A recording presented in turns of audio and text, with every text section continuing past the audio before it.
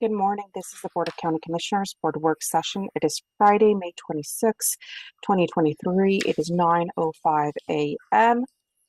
This is a hybrid meeting. We're at 3000 Pacific Avenue, Southeast, room 110. For public virtual attendance, you may follow along on the Thurston County YouTube channel. I'm Carolina Mejia. I'm the chair of the board, joining you via Zoom.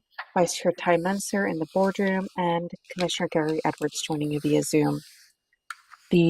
Also in the boardroom, we have County Manager Romero Chavez, as well as Assistant County Manager Robin Campbell. Yes. And do we have Assistant County Manager Rob Felder? No, he's not with us this morning. Okay, he's not with us this morning. Okay. Okay, and so we will be discussing on our agenda the American Rescue Plan ARPA spending update, which will be the first matter. And then from there, we will be moving into the child care proposal briefing from both April 28th and May 9th, and a decision will be requested on that. But we'll start with the ARPA spending update. Thank you, Madam Chair. So at this point, just Robin, you want to take the lead on this? Sure, I'll open it up.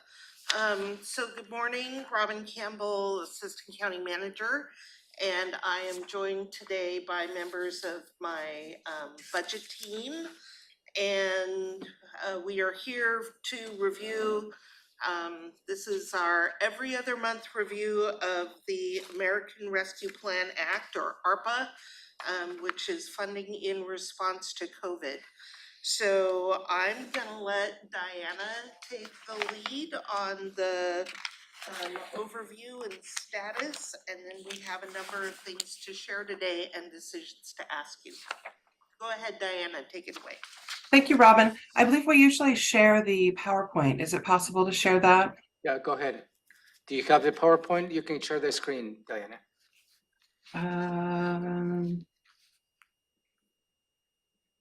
My apologies. I haven't shared my screen on this app before. And let me see. Now let me share the screen here. Okay.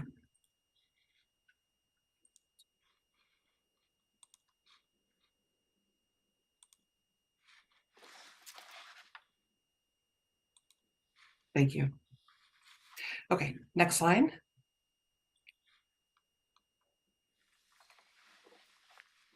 We've gone over the agenda. I believe we're on the next slide. So the current status of the ARPA Recovery Fund is that we are at 79% of the award, which has been approved for specific projects. That's 44.6 million, and 11.8 million of the total award is still in earmarks under consideration for projects. And the current expenditure rate, we have spent, as of last week, 20.1 million of the award, which is 36%, just over a third, with 36.4 million of the award remaining. And as a note for people listening who are new to this fund, the funds must be spent or obligated by December 31st, 2024, with final obligated expenditures occurring by December 31st, 2026. Next slide, please. Recently, you may have seen in the news and heard some talk about congressional attempts to claw back unobligated ARPA funds. We wanted to share a little bit of information with you about that and just sort of note the current status of those attempts. So what are unobligated ARPA funds? It's a question which is open to interpretation. Potentially the funds in our under consideration column of our allocation spreadsheet may be considered unobligated, and also funds in the approved column which are not yet under contract with subrecipients for expenditures and projects. So there may be some room for interpretation here.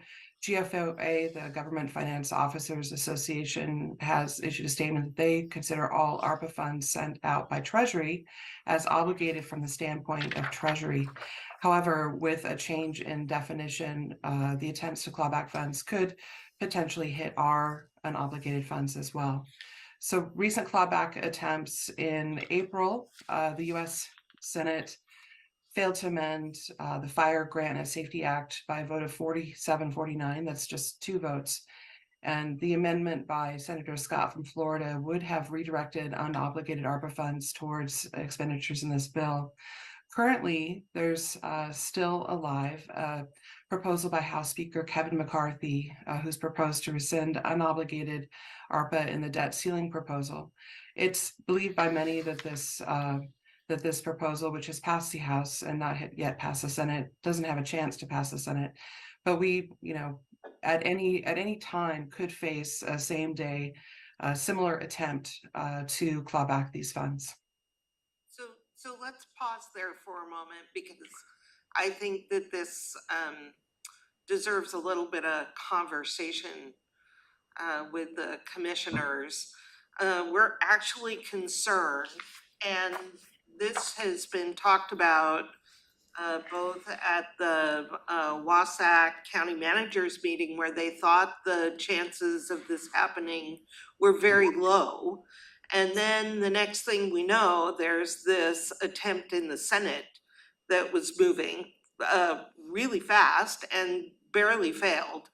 And then this rider on the debt ceiling proposal is the latest attempt. And the conversation at GFOA conference was that it is a real threat. And at GFOA, they were encouraging us to find ways to obligate the money. And as Diana said, we're thinking of some pretty creative ways. But if I put on my accountant hat, I could tell you that in accordance with federal law, 2 CFR 200 states that money is obligated at the time it is under contract or a good or service is ordered. And other than that, it's not considered obligated. So it's a big question. If something did pass, would it be obligated by Treasury, in which case they paid it out, or would it be obligated by the locals, as both of these actions seem to do? And if it is obligated, how much money could we move into the obligated umbrella, if you will, quickly? But it's my understanding that the amendment to S 870 would have given us 30 days to obligate. So we would have had to have moved very quickly. So I'm gonna pause because I ask if the commissioners have any questions about this. We'll start off with questions. Commissioner Edwards, we'll start with you, sir. No, I think that's been explained pretty well. Those were my questions that Robin went over, so thank you. Thank you. Commissioner Menser, questions, sir. I mean, I have questions, but I think they will be answered later. I mean, my questions would relate to like these creative ways you're talking about. I mean, what are they, and do they then are they creative ways to get where we wanted to go anyway, or is it doing something else and now we can't do what we plan to do because we have to do this thing because of timing? It's a mix. It's a mix. There are when we were at the Wasatch Managers Conference, there was a consultant who was implying that, well, she wasn't implying, she was flat out saying that we could pass a resolution of the Board of County Commissioners could pass a resolution and the money would be considered obligated. But the accountants wouldn't recognize that as obligated. So we're looking at all of these ideas and saying, will this fly? And the safest bet would be to move the money into transportation projects. Yeah, public works projects, all of which we know at this point qualify: water, sewer, roads. We have many projects of a substantial size under contract. We could just contract them under ARPA and spend the money that way. It would be savings in our public works fund, but it wouldn't be the things that we had intended to do with the money. And then we're looking at some of the things that are still in the under consideration category. We could move very quickly in the affordable housing category to contract with the city of Olympia. Then the money would be under contract, and we could leave the contract open enough to specify the exact projects later. So those are some of the ways we could think about getting this money under contract, in which case it would absolutely be considered obligated. The kind of gray area is staffing. So if we think about the court backlog, a lot of that money is dedicated to having staff capacity to process those cases. And it's gray because there's a lot of conversation right now amongst people who are working on this, saying, is staffing, if you have hired staff, is that considered obligated? And it definitely is. So positions like Diana's, we had always considered that obligated. It's 100% dedicated to ARPA, and we know that we're going to need to keep staff even after 24 to be able to do all the accounting work and close the grant when the time comes. So the monitoring, the reporting, the accounting continues in those years. So we considered those staff obligated, but would the feds consider the staff that only work, bill part of their time to ARPA obligated? We don't know. Yeah, and related to stuff, and I can give you some feedback when we get to the point of the court backlog, beginning conversation at least with the county prosecutor to see if we can probably really have a contract with those positions. They're currently dealing with the backlog that is specifically outlined in that contract. And I believe that could prove an avenue as to how we can say it's obligated. Contractually, we have those positions. They will probably take us until the end of 2016. Right.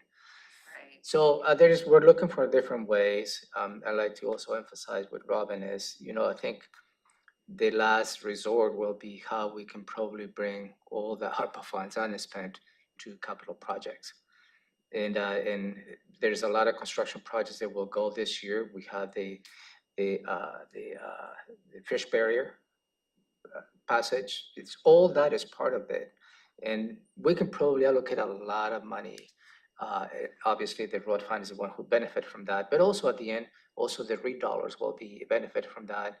That probably gives you the opportunity to the board to reallocate the REIT $2 as it comes. So I think we're building enough strategies that if the time comes, we can probably implement swiftly to make sure that we probably don't leave a dollar on the table. If they give us 30 days, that would be that kind of situation Right. where we're ready. We could do those, make that choice at that point. Of course, we don't know that the next attempt will give us 30 days or whatever. Right. But Mhm. I guess And- I would not want to be doing this, any sooner than absolutely necessary. I agree. Yeah. Well- I'm sorry, go ahead. Yeah, and so I still want the board though, Commissioner Menser, and I've had plenty of conversations with the county manager and assistant county manager about this, and I would like the board to set up a plan B.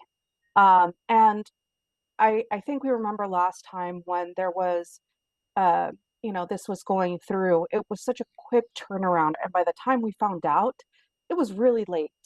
And I don't want us to be stuck in that situation where having to set up a board meeting to come up with a plan B. So I would like us to go ahead and set up like this emergency plan B, give direction to staff. So if it comes down to that, they don't have to come back in front of the board to set that plan in motion. Just because of the turnaround is so quick, and having to set a board meeting, I just I feel like, it's going to be pretty quick, and those 30 days aren't guaranteed. So I just want to make sure that we're able to reallocate whatever needs to be reallocated if in case of an emergency where we need to do this. I agree with you, but it sounds like to me that there's still questions to be answered, like in terms of formulating Plan B.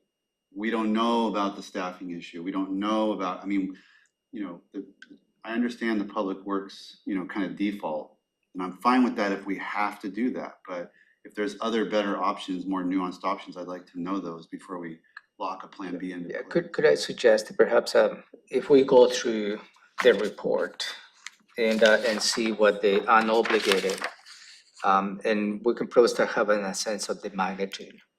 And I think sense of the magnitude, if we to implement Plan B, then the staff can come back and give you some perspective as to what the options that you could have under the Plan B, as Commissioner Mejia stated. But I think it's really, it goes back to how much money are we talking about? And maybe just going through the report will give us a little bit of that perspective.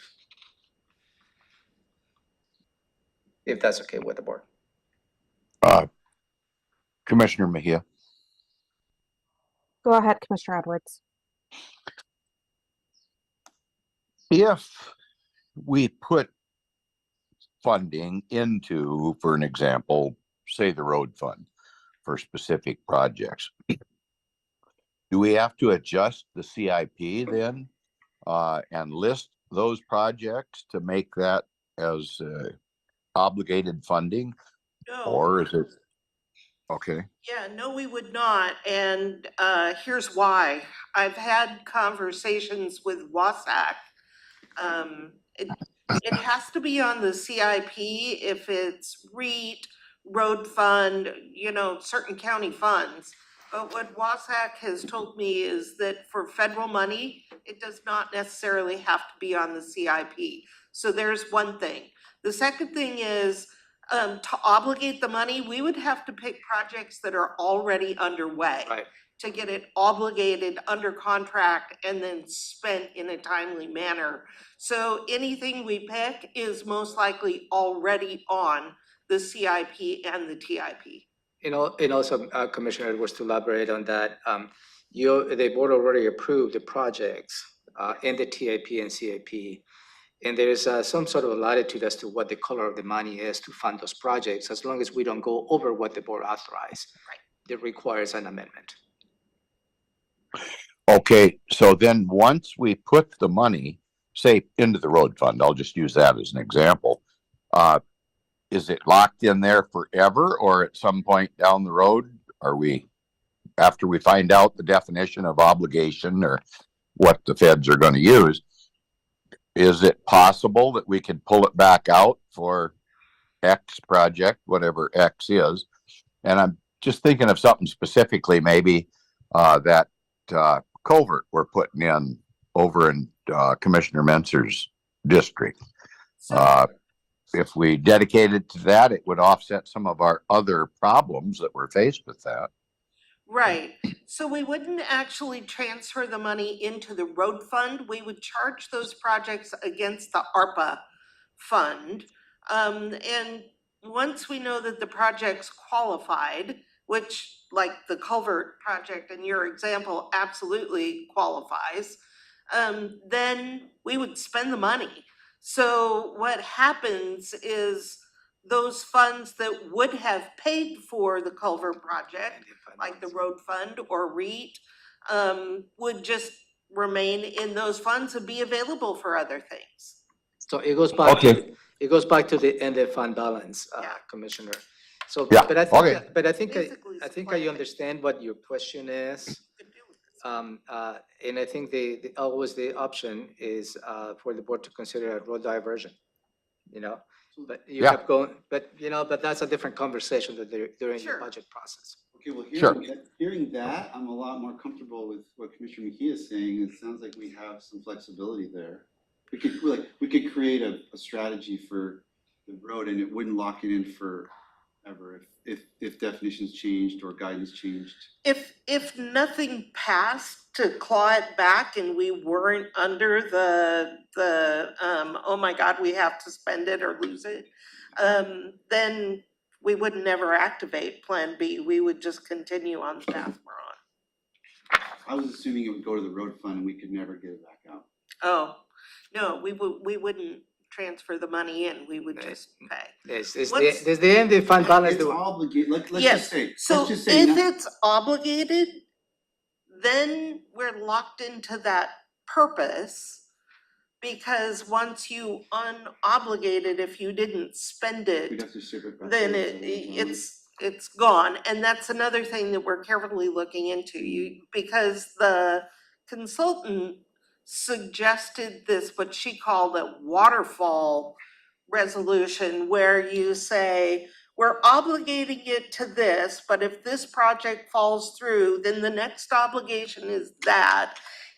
I'd never heard, I'm sitting chatting with a few people at the table when she said that, and it's like, none of us had ever heard of anything like that before. And it's, playing out that it probably would not be considered obligated. So we're trying to be creative. We're looking at these alternative solutions, but once you put it under contract, then we need to spend it that way. We really do. Commissioner Mejia. Go ahead, sir. Well, I don't know all the definitions that we have to abide by, just off the top of my head. That isn't in the material that I've got, and I don't think we know that yet. But what I'm wondering about, is there any chance, when we talk about retention of employees, recruitment and retention, I don't think we're anywhere near satisfying inflation costs that the employees are faced with. So is that maybe something that could be, I don't know, part of Plan B or something, so that we could start thinking about, treating our employees better, because we're losing a few folks. You could argue different things are causing that for sure, but we don't know for sure. So I don't know. It's just one more option to think about. So we do have the lost revenue set aside to be able to continue to pay the bonuses once your union contracts are finalized. Other than lost revenue, we really can't do that type of action with purely federal ARPA money, because it would be considered premium pay. And we received notice from US Treasury that as of May 11th, or really May 12th, 2023, when all of the federal emergency orders ended, so did the premium pay. So that option is not at all on the table. And even the premium pay was limited to certain types of employees. It was targeted. It was not It was abroad very for all targeted. county employees. So, Yeah, so that's exactly Commissioner, right. and I appreciate that perspective, but that may be a little more difficult to justify on the purely ARPA funds. No, we. Oh, okay. we would not. Okay. Good enough. Good enough. Thank you.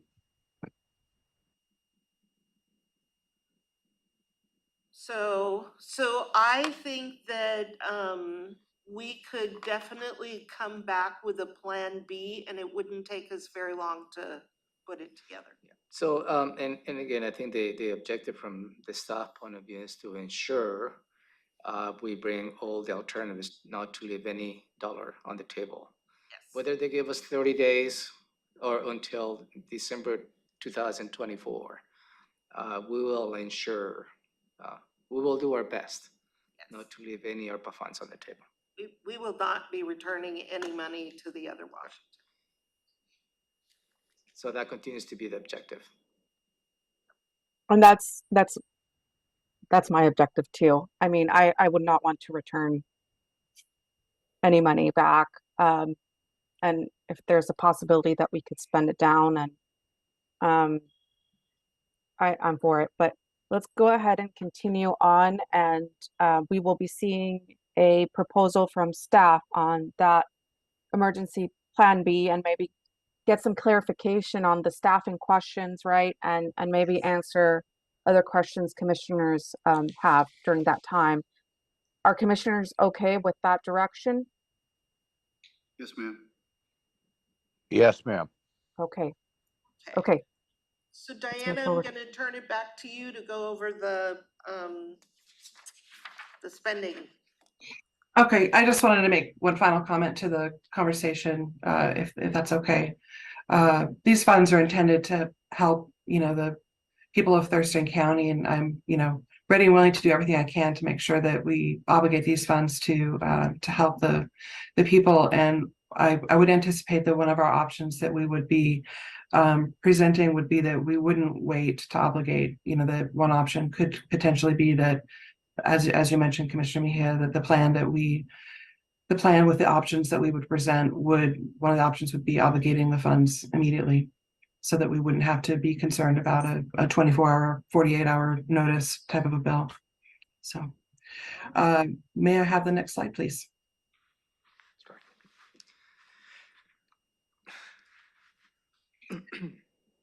This is a look at the current allocation and expenditures for each of the projects. And as you can see, the under consideration column, those funds are almost definitely considered to be unobligated. And there's three slides of these. I wanted to note that on the first slide here, 1.6.B, medical expenses, employee testing. We've made a change to our underlying pivot table in order to correct an item that had been erroneously backed out of that project. And so we have a new total expenditure of that project of $141,546. And my apologies. And so one of our slides. So I'm sorry, I'm losing track of what you're saying, Diana. We're looking at this Sure. page. Are you talking about the PPE for residential care facilities? No, What line item are you talking about? 1.6.B, it's about 10 lines down. On the far right, under approved less cumulative expenditures, you can see that since we shared this with you last, that the project is over by 65,534. Those are the numbers in the parentheses. Do you all see? Yes. And that was due to an accounting adjustment. Okay, got it. That's correct. So that's due to an accounting adjustment. So we've corrected that.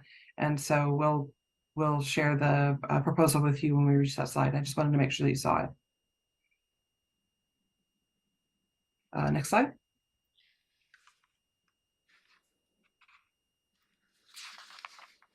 Does anybody have any questions about any of the projects here, the status of them, or comments? Yes. Okay, we all have questions. Okay, so go ahead, Commissioner Edwards. Reference 1.6.B on that employee testing. Sure. I don't know what the mistake was or anything, but I just wonder, some we paid for, some employees paid for. I never did know. I didn't feel that was a very fair way to do business, to be honest with you. So I'm just going to ask the question, is there any possibility that we could do a reimbursement for those employees that paid out of pocket? I don't think so. I could look into that, but I think the answer to that will be no. The board set a policy. We operated under the policy to do a retroactive change, which would have been a reimbursement from a prior year. It would be extremely difficult to justify. Okay, well, just maybe worth looking at, but fairness is a big part of retention and recruitment. So anyway, that's it. That's good. Thank you. Commissioners, also like to emphasize the policy. That was a resolution the board passed. And I understand your position on when that resolution passed, but it was via resolution that we implemented. Yes. Right. Okay. Thank you. Commissioner Munster, questions? I'm being asked questions about any of the status of any project on this table. Yes, Anything you would please. like to ask about? Okay. Go ahead, Commissioner Mejia, if you could come back to me, I'm still kind of digesting. Okay. I had the affordable housing. There's 5 million that's still under consideration, and being that there is this huge shortage of funds this year because of recording fees and all of that, and I just don't want to be sitting on this money if there's a possibility for it to get out for a project. I don't know what project specifically, but for me, I would like to start getting this funding out. I mean, the need is there in the community, and um, we're not doing really much with it under consideration. Madam Chair, let me circle back on that. I think at the Regional Housing Council, this is slated to the Lehigh project on the Franz Anderson to build, I think it's 140 units. Okay, so this is the full 5 million? That is the pot money. And I believe that contract should be coming up soon. Okay, that's good. That's Yeah, that's specific. And I think if anything, the $5 million is in a good state to be spent and obligated. perfect. That was my main confusion point. Because I was like, if we're still sitting on that 5 million and not getting it out, then I just, And in fact, my recommendation at this point for the board to consider moving to the approved amount. So when in local agreement comes for your approval, then we have the approval by the board to spend the money. And added that to the list that we'll ask approval for when we get to page 8. Madam Chair, could I follow Yes. up on this? go ahead, sir. On that 5 million under consideration, I guess, I don't know what we can do towards helping affordable housing. I don't know what the specifics would be, but about close to 30% of the cost of housing. So if you're going to go build a house or be involved in that type of activity, is the cost of government oversight and permits and all that. Maybe this could be an opportunity to fund CPED with this money so that we could lower the cost of housing, which would truly have an effect on affordable housing. Because I think affordable housing, the definition of and the benefits they kind of wash back and forth. But we've always had a problem with adequate funding to CPED, and maybe this is a way we could get some money in there and lower the cost of the government portion of building. Commissioner Food for Edwards, thought. that was one of my proposals at the very beginning of when we first received ARPA funds. And this was something that I was hoping, right? And I had many conversations with Josh, and we were going to come up with this awesome proposal. And then Treasury said, no, it does not qualify. And it was very disappointing. So I know what you're saying, trust me, but I mean, unless Treasury guidelines have changed, but last time I checked, it was still a pretty hard no. Yeah, and the gist of this is affordable housing, low income housing. It has to be a facility. In this case, what is slated is $5 million for the Lehigh project on the Franz Anderson. And that facility needs to be in place for affordable housing, low income housing for 40 years. And some of the requirements that we have. So I understand what you're saying, Commissioner Edwards, but programmatically, I don't think we can create a link. The affordable housing as an overall has been the result of a COVID impact. Is there any possibility that we could flip this over, for an example, to do some funding on the child care aspect of what we've been trying to do. And if a party wanted to get involved in child care as a business, maybe seed money to give them a grant to get around the headaches. And I continue to think about what we went through down in Rochester when we were trying to help those folks. And it took a couple years to get that done. And if we had an incentive program that people knew about, that they could draw on a funding mechanism to maybe a grant of some type or another, of something substantial to remodel their residence, for an example, so they could handle 10 kids. Perfect, Commissioner. That's item number 2 on your agenda today. Well, yeah, but We're I'm gonna thinking get to about that. Yeah. Okay. Let me get Commissioner Menser's questions addressed before we move on to that section. Thank you. I'd like to talk about the court backlog issue. And first, I don't understand the gray versus the white. So the gray lines roll up to the white line Oh, they're immediately sub. above it. Yeah, Okay. it just Sub shows you rate. how the money's broken down. Okay, so on the court backlog,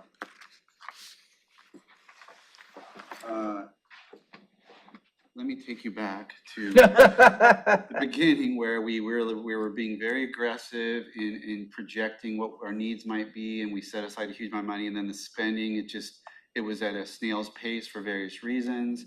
And now we're kind of like toward the tail end of like the shaping of the earmarks, but now the court backlog issue, which never went away, is now starting to accelerate. And I just had a meeting with Superior Court and Public Defense, and they're getting like 40 more felony filings per day than they used to get, or over whatever period of time. And I don't have all the numbers, but takeaway is the backlog that's been sitting there is now accelerating. So, I know we clawed back a little bit of the money, and some of that was totally justified because the LFO thing got handled by the state in a way that, we were just being super conservative. But I just want to make sure that we are all aware that the court backlog acceleration that we have predicted is now starting to happen. And we need to figure out how we can best deploy these resources in the best way to meet, there's certain things that I think that the Superior Court and the court's going to ask for in the budget that we're not going to be able to do if it's general fund impact. But here's a place where we can try to do the best we can with the money we've got to get that issue addressed. And I don't have all the answers there. I just want to make sure that everybody's aware that this is now coming back. And we sort of backburnered it in our minds, I think, at least I did. Because it just wasn't being spent for so many months and months and months and months and months, even years. That's right. But Maybe It took a while. I can Go give you ahead some, I and can talk give you about some the meeting. numbers. And we had a meeting with the Law and Justice Partners maybe over a week ago, okay, so you guys. where we went through and said, where we are in the backlog and everything else. And as you can write specifically, at the beginning was a little bit slow going. We couldn't hire attorneys. Finally, we're getting to this wheel of moving, processing cases. So right now, on their Superior Court and felony cases, we have opened 1,850 cases. So those are moving forward. But that's a significant number. And that's, I think, a reflection of the investment they were put on the backlog. In District Court, misdemeanors are 1,297 cases. They're open and ready to be dealt with. In juvenile court is 129. So what is remainder and the backlog related to COVID?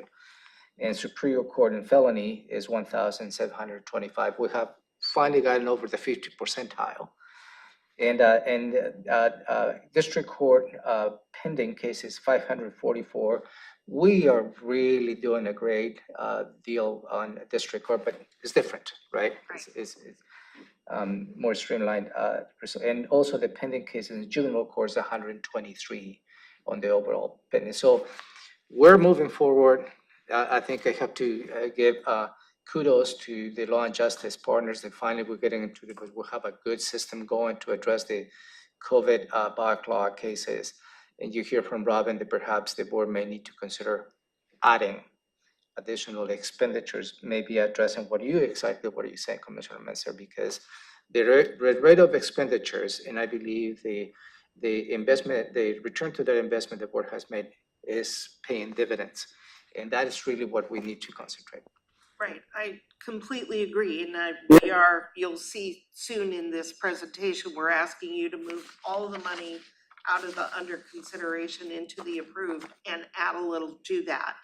I would also say, though, that the COVID backlog cases, those cases that are continuing to come in now are not backlog cases. So what we've asked the court to report and what we then in turn need to report to the federal government, they want to know, are the number of backlog cases coming down? So we have asked for what the numbers are, and we'll have that information for you very soon. That's prosecutors.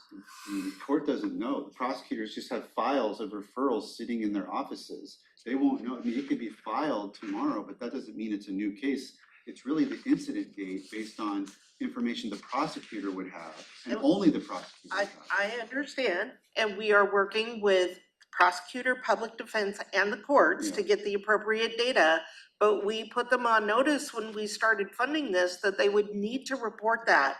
The federal government wants to know that the money is spent in a way that we're making progress on the thing that we're paying for. It also So related not to only in this area. Yeah, related to the backlog. There has always been a little bit of a backlog, even prior to the COVID-19, right? There's always been a little bit of a backlog. And so we're trying to separate what it was the backlog prior to 2020 and the backlog related to the COVID-19 impacts. And I think finally we have been surrounded on the data, and the prosecutor, the courts, and the public defense are very diligent in just marking, really reporting the level of effort. And that's what we're seeing on the expenditures. And Christy Peters has assured us that they do indeed have that information. I'm sorry, did Ramiro's audio cut out for anyone else or just me? Yeah, it cut out for me as well. Okay. Okay, so Right. basically we're saying that yes, we have the data. We need the data. They're telling us they have the data. We will have it soon. So with the backlog, again, we are, when we get to page 8, going to ask you to move all that money to approved plus a little more. All right. Anything Madam else? Chair? Yeah, Madam Chair. Go ahead, Commissioner Edwards. On 1.4.d, David, the install of that court video equipment, and I see that we've approved the 900,000, but is there more? It seemed like there was more that really needed to be done to make that successful. Is that by any chance an option to help? That is the video surveillance at the jail. I think that contract was Body issued. scanners? No, it's the 1.4D. Oh, the video equipment? I think we have already issued the contract, so there's been.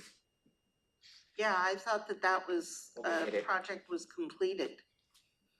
So I'll have to take a look at that project and get back. Diana, do you know anything about that project? And I'll need to get some more information about that and bring it back to you. Because I think Commissioner Edwards is right. I mean, if you look from the approved amount of 900,000, we have only seen $14,000 in expenditures. I think that we've recently awarded the contract. That's what I and that- recall. Yeah, that they're about to enter construction. It took a very, very long time to get a design that everyone could agree on. That in general terms, that money is obligated. It is obligated. I do believe it's under contract at this point. Did Okay. I ask you a question, Commissioner Edwards? Yeah, thank you. We'll make sure and get back to you on that one. Any other questions on this? I have a question I didn't hear Commissioner Edwards or Menzer pop up, so I will ask my other question. Um, and that's in regards to um, the um, the Thurston County Agricultural Support. And we had given $500,000. We had approved half of it yet because we wanted to see how the program would work before allocating the full 1 million. And so I'm wondering where we're at with that project and is there any update? Well, let me touch back with Jenica, and I think as you may recall, you set aside $500,000 for workforce training in related to that area. The Washington State Extension was leading that effort. So let me get you back on the status of that. I do have a small update if I may provide. Oh, great. Go ahead. Okay, I did hear from Pack Mountain yesterday that they're finalizing the request for applications and hope to open the process sometime in the coming days, potentially even today. It was being looked at and finalized by themselves and WSU and myself. But I think, Madam Chair, I think you begs the question whether the under consideration the additional 500,000. I mean, considering the time constraints, that might be something to reconsider.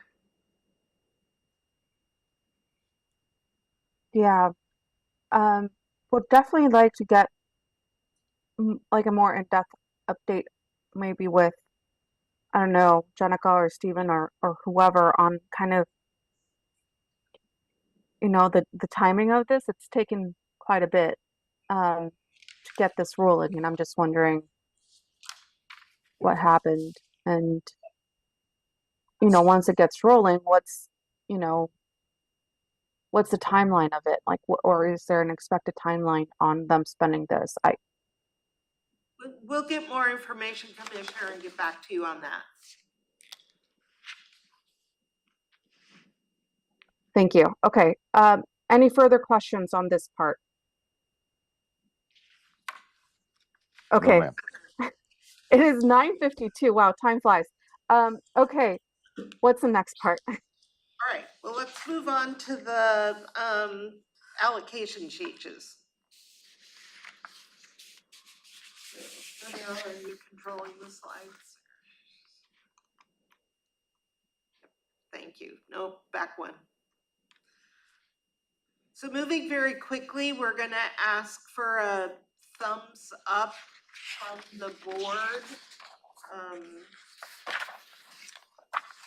So we're asking you to approve each of these allocation changes.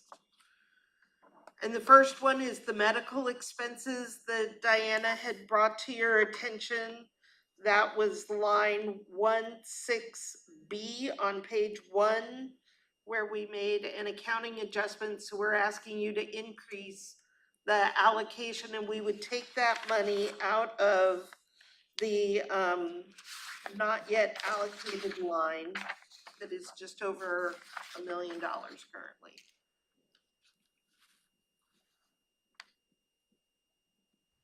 So, yeah, I guess it's hard to get thumbs up when we can't see the two commissioners on the screen. Edwards, I'm okay with it. Commissioner Menzer? Yep, I'm Thumbs up for me. Okay, thank you. Great. The next item is the court backlog project.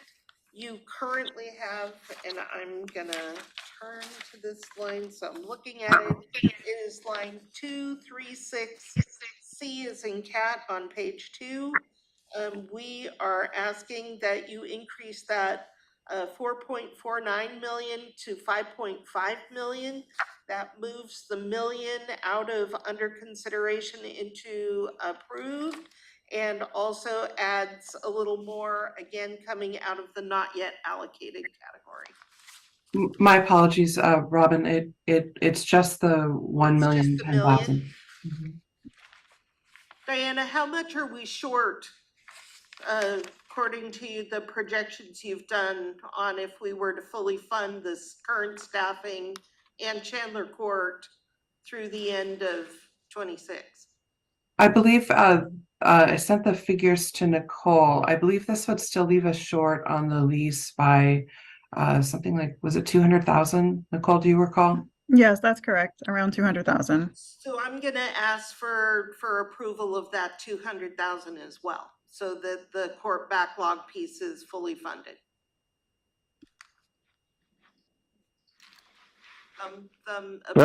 Yeah, let me can I have a quick question, ma'am? Go ahead.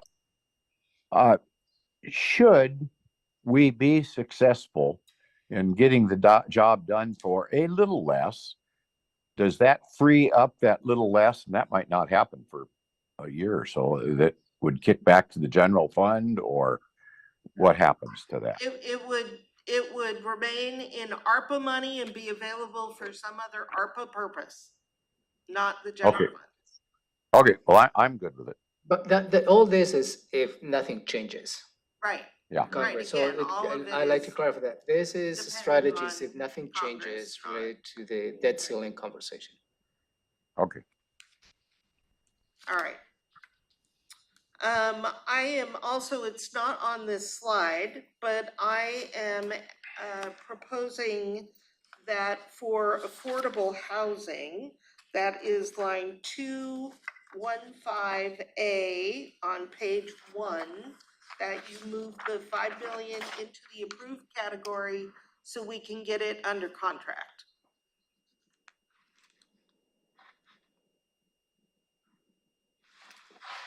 What line item again, Robin?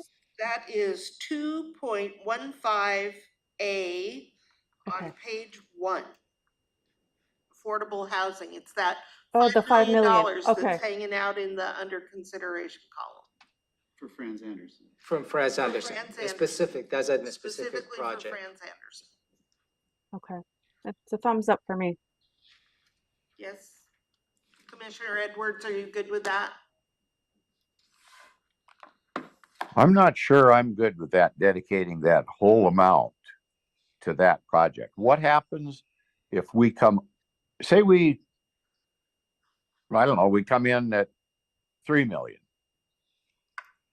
The 2 becomes eligible to other ARPA activity, or what happens? So 'Cause that's not gonna be for a couple of years that we get that. actually, completed. this contract is moving forward this year, and the cost of building that particular project is way north of the $5 million. And in fact, this is a somewhat of a matching money. The city of Olympia and the county, as well as Stormwater and the region, is put into this larger project, and the rest is coming from a grant from the state. So this is the $5 million is not the only source of funding to build this project. This project is in the $20 million number, if I remember well. I believe okay. Lacey is matching those funds too. Yeah, and Lacey's matching funds, I think it's 3.5 through the general fund. Their general fund. Okay. Going back to my position on that, in which I want to remain consistent on it, is I've said I'm not going to support those type of expenditures if we have not put a mechanism in to prioritize our local citizens, that they get first choice. I don't want somebody from Kansas City cutting in the front of the line of some citizen from Thurston County that's in need. And as far as I know, that's not been followed up on yet. So I'm a no on that. Okay, so we have a 2-to-1 on that. Thank you. The next thing that is not on this page that I would like to propose is, again, on page 1, there is 1.4.A is the line number 14A. That's PPE for residential care facilities. We will never spend this 100,000 for that purpose. I am requesting to move that into the not yet allocated pot so it can go to other things and under consideration. My question on that would be, would, they need to have something there from that? So if we take the whole thing out, we just don't need that anymore? That is absolutely correct. That we never experienced the need to pull it out of ARPA because this need was met by FEMA and state funding. And then now if they were to need the PPE, we have stockpiles. We have significant would draw. stockpiles that we can respond to the need. Yes, Absolutely. we have sufficient PPE. So I am suggesting that this 100,000 get freed up so we can allocate it to other things. Okay, I'm good with that. Thank you. Let's move to the, Okay, thank you, Commissioner Mejia. Robin, before we move forward, if we could just go back to the Chandler Court lease, I have more updated information. The amount is closer to 300,000. It's 281,300. okay, so the board had approved the 200, we're asking that to be 300 instead. Yes. So could we get a approval from the board for 300 rather than 200 to fully fund the backlog? Yep. I think Edwards, yeah, Edwards is okay. Thank you. Thank you, Thank you. Nicole. Thank you, Nicole.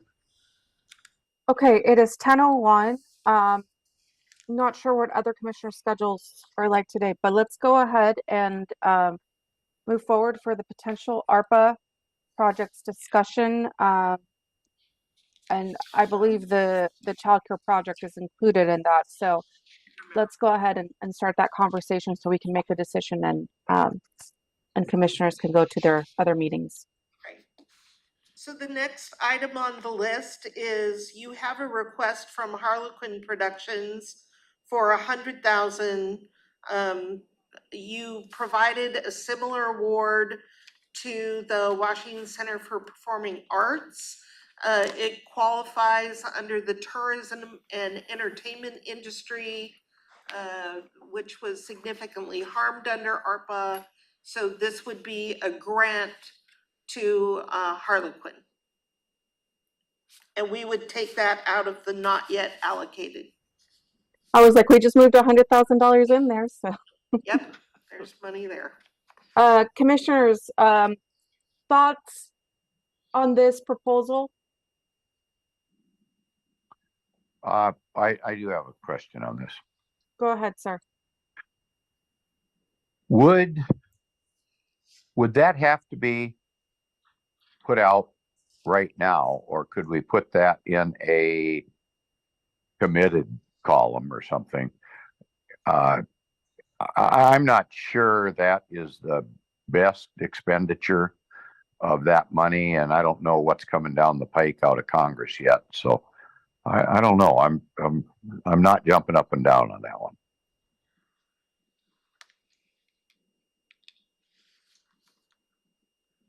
Thank you. Any other thoughts on this? I'm supportive. Okay. So we have So, one in support and one. oh, I said, yeah. Oh, sorry. I Oh, thought. you said yes. Okay. Thank you, Commissioner. Then it's a 2-to-1 yes for the grant. to Well, Harlequin. I believe Commissioner was abstained on this. Is that correct? I don't want to put your words in your mouth. Yeah, Commissioner Edwards, are you abstaining from this vote or are you saying no? I'm gonna abstain. That's a good way to put it. Thank you. Okay. Thank you. All right, but 2 yes moving forward. So not Okay, enough. then the overdose prevention project, Narcan vending machine and handheld detective device. I believe this is from the sheriff's office. That's correct. These are both for the jail. The handheld fentanyl device is it's working well in other jurisdictions, so we would like to implement that in our jail. And then the Narcan vending machine, also, these would both be under the overdose prevention project. I think given recent events in the jail, these are timely, and with the opioid. And how much, do you know the dollar amount of these, Diana? It is 77,274.16 for the handheld fentanyl detector. And for the Narcan dispenser is 850. They include tax, but not shipping. And Diana, I'm sorry, I jumped. Wow. You're out of a Thank job, you, Commissioner Mejia. You were right on it. So. Thank you. So we are asking for approval to have the jail purchase these items with ARPA funding. I'm good. From which fund will they be coming from? The not yet allocated? Yeah, we would take it out of the not yet allocated. How much do we have on the not yet allocated? Sorry. Given the amounts that we just took out of it, there's about 700,000 roughly. Okay. But also I'd like to draw attention to line item 1.14B.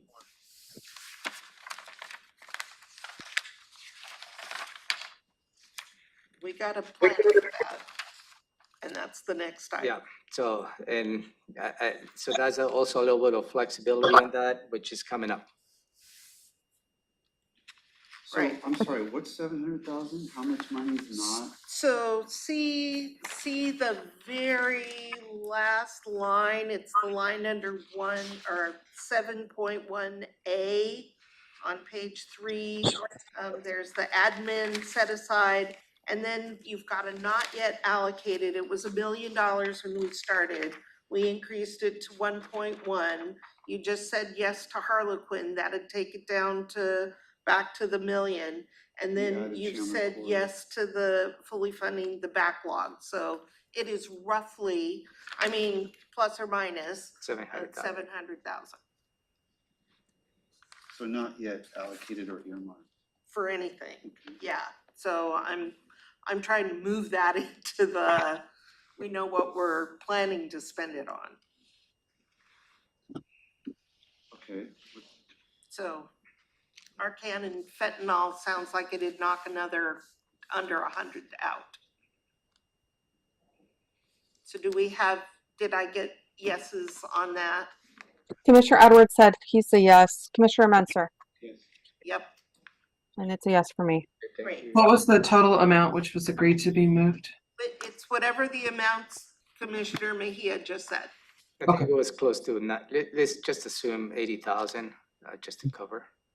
Yeah, because it doesn't include the shipping. Tax and Right. shipping. Yeah, whatever it costs to get it, they just approved it. Okay. All right, finally, childcare, and can I turn it to you, Romero? Yeah, thank you. And this goes back to, I believe the board's intent to support childcare, the childcare industry here in Thurston County. And goes back to Commissioner Edwards' initial comments today. And this plan was presented to you on a couple of occasions. And I believe that it was a little bit of a concurrence by the board the last time you heard this on May 9th. And you just wanted to have this conversation first to understand where the money could come from to support the childcare strategy. There is, when we presented this plan to you, is attached in your packet, is there is a little bit of money left over. The money that has been allocated to the EDC through the Thurston Strong Initiative. But in order to fully fund this project of what $2 million, there needs additional allocation of just about $1 million additional. So in the, where would the money come from? The suggestion at this point is the line item 1.14B, which that's where the $1 million for public health. We're not gonna be able to spend for public health. Right now, public health has foundational public health funding. There is a lot of money coming, not a lot of money, there's significant dollars coming in to fully fund their operations. So that is an alternative for you to consider to fund the proposal of the child care, and the additional money will come from this line item.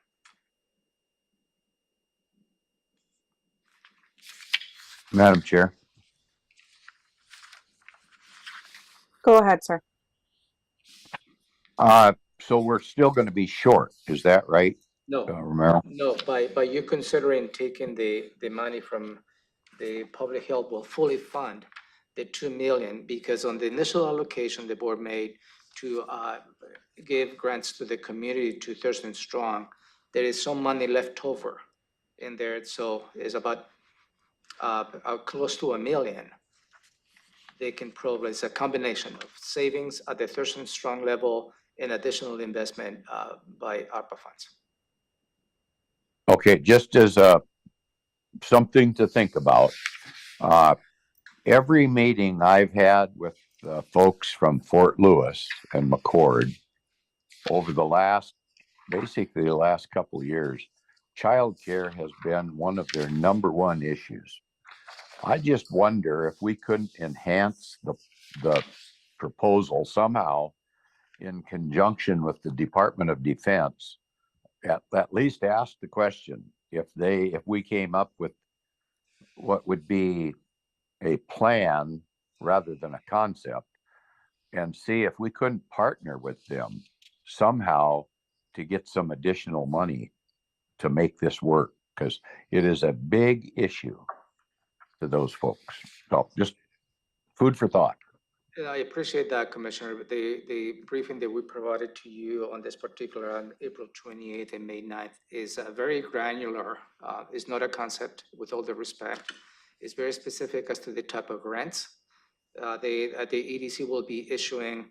So this is really at the point of the board's making a decision whether you'd like to support that. Well, yes, I'm going to support that, but I would still like to at least ask if they'd like to be contributors to the fund for maybe a more enhanced position to help. We can That's all. certainly explore, if the board approves this program, to see Yeah, if we okay. reach out to JBLM if we can partner with them. Just worth asking the question, I think. Absolutely. Thanks. Madam Chair. Commissioner Menzer? Yeah, so, if this money were not to be utilized, not enough applicants who are willing to jump in and start childcare facilities just because of this program, then how will that play out? So this proposal isn't necessarily to startups. It can also go to existing If they expand facilities to capacity? expand capacity. It is specifically to expand capacity. If we didn't spend all this money, then like any other, we'll be watching it closely to see a burn rate. And if they're not burning it and they can't find applicants, then we would be Should seal clawing the it road. back and yep, exactly, and finding something else to do with it. But also to elaborate on this program, the board's direction was to make sure that it's targeted to low-income families. Exactly, So that was the revised proposal that we presented to you. right. So grants to create capacity on the system, whether it's additional resources or physical capacity, but targeted to low-income families. They are part of the Working Connections Childcare Households as part of this Washington, the state's initiative. Right, and that's the sustainability piece of the proposal, is that the grant to the provider would allow them to increase capacity, hire employees, perhaps do repairs to a facility or obtain a facility.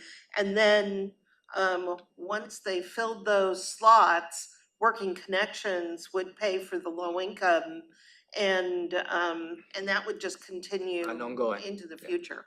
I mean, how do we get the word out that we've done this to get people to apply? So we partner with the EDC, and they have very effective marketing ability, but we could certainly augment that with our avenues to market the program. All right, well, I'm willing to give it a try.